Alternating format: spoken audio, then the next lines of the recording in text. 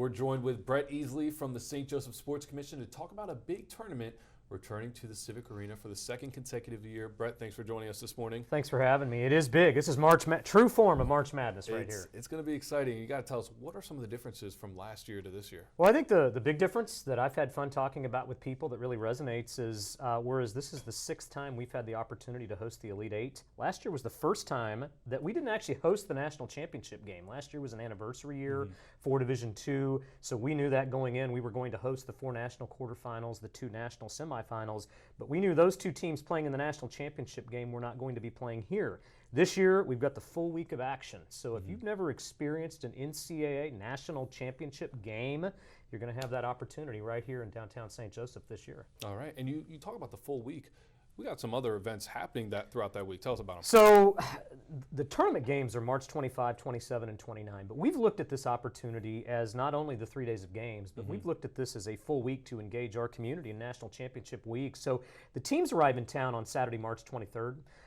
Saturday, March 23rd from 11 to 2 at East Hill Shopping Center. We will transform center court up there literally into a basketball court.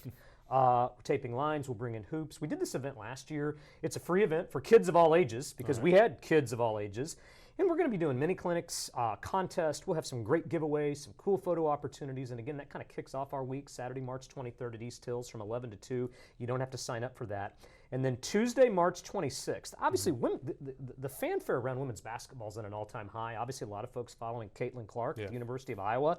Well, before there was Caitlin Clark, there was Jackie Stiles. A lot of folks will remember her from, it was then Southwest Missouri State, now Missouri State.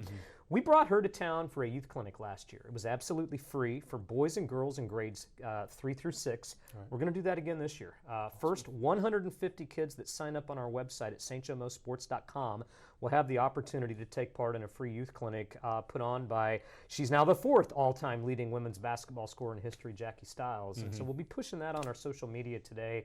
But again, just a really unique opportunity that a lot of communities don't have, and we get that opportunity this year to once again host an NCAA Women's Basketball National Championship. Yeah, and if we're going to take anything from the Bill Schneider Classic that you guys hosted earlier this year, the energy is going to be high. Going to be really high. You know that all events have some similarities, all events have some differences, and that Bill Schneider Classic was an event that I said afterwards, even if you weren't there, you were probably going to say you were there 5 years later. We sold that out.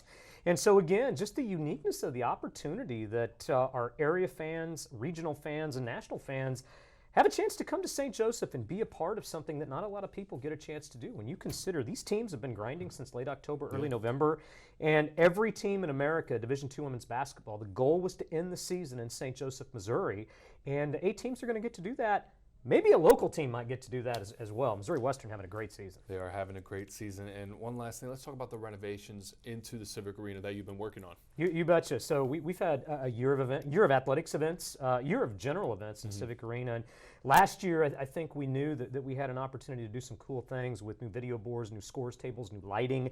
Now I think we have a lot better idea of how that technology works. We've been able to showcase that at some athletics events, and we look forward to doing that here in just under 3 weeks on Division II women's basketball's biggest stage. Yeah, well, Brett, we really appreciate you coming in this morning.